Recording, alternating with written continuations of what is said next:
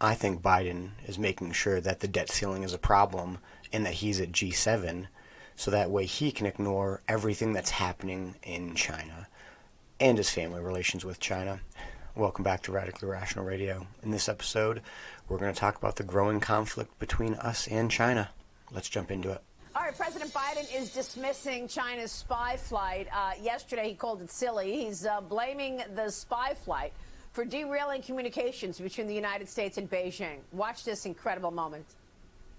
How will you manage the diplomatic, relationship with China?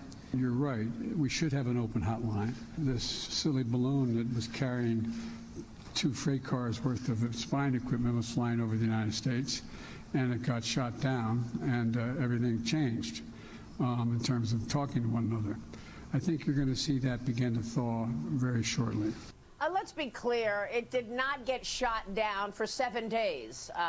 The president allowed that surveillance balloon to capture information, images, and send the information from above our military installations back to Beijing in real time. Joining me right now is the Gatestone Institute senior fellow and author of The Coming Collapse of China and the Great U.S.-China Tech War, Gordon Chang, back with us. What did you make of the president's assessment of the surveillance balloon, calling it silly? We got to be gravely concerned. We got to remember that that surveillance balloon showed China's utter disrespect for the United States.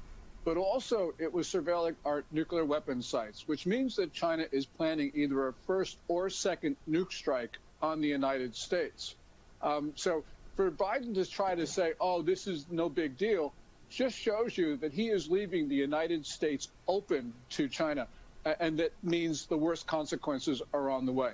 Now, we don't know whether Biden is corrupt or whether he's just misguided. He is leaving us defenseless. Yeah, that's a great point. Is he corrupt? Is he just another corrupt politician or just misguided? We're trying to understand what's behind these. I would like to hear the argument for misguided. We have several current investigations showing massive amounts of money from China going to direct members of the Biden family, and not like third and fourth, second cousins, sons and daughters. This is a punk test. If you were fortunate enough to not grow up in a poor neighborhood that the Democrats have been saying they would help for years, you would know that if you're outside and there's just someone nudge into you, you just kind of take it. Then they kind of step on your toe. Again, you take it. You're showing that you're a punk. You're getting robbed. That's what's happening that day. And America is too ignorant to realize that China has been punk testing us for the past 2 years. If they decided to go to war with us, all they could do is say, we're done selling you stuff. We would beg them to come in and help us. Our population, they literally vote for who will help us because we don't want to be self-reliant. Please, Dad, please, Mom, do it for us so we don't have to. If China said no more goods, I think our population would vote to let China take over because they want their stuff more than they want their freedom, even though they don't own any of it anymore. It's not even like you have property. Everything is a service or a subscription. This is insane.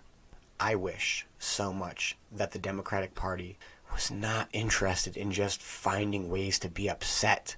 We are falling as a nation because we are divided. And we're divided because one half of our country has been manipulated into believing identity politics and victim mentality. Our country was born on self-reliance, and now it's being bred on hate, division, and expectation.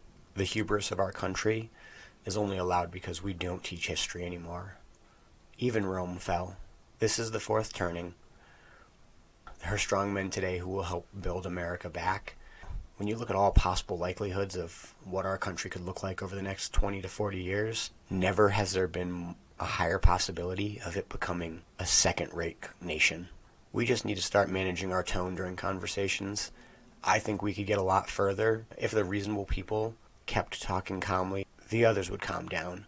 We get triggered and we yell back, and that allows this emotional outburst to continue. We have to treat this like a negotiation. Use that late-night DJ voice and keep the conversation moving towards unity and not division. I hope you learned something. I'm Tristan with Radically Rational Radio. Like, comment, subscribe. I'll see you in the next episode.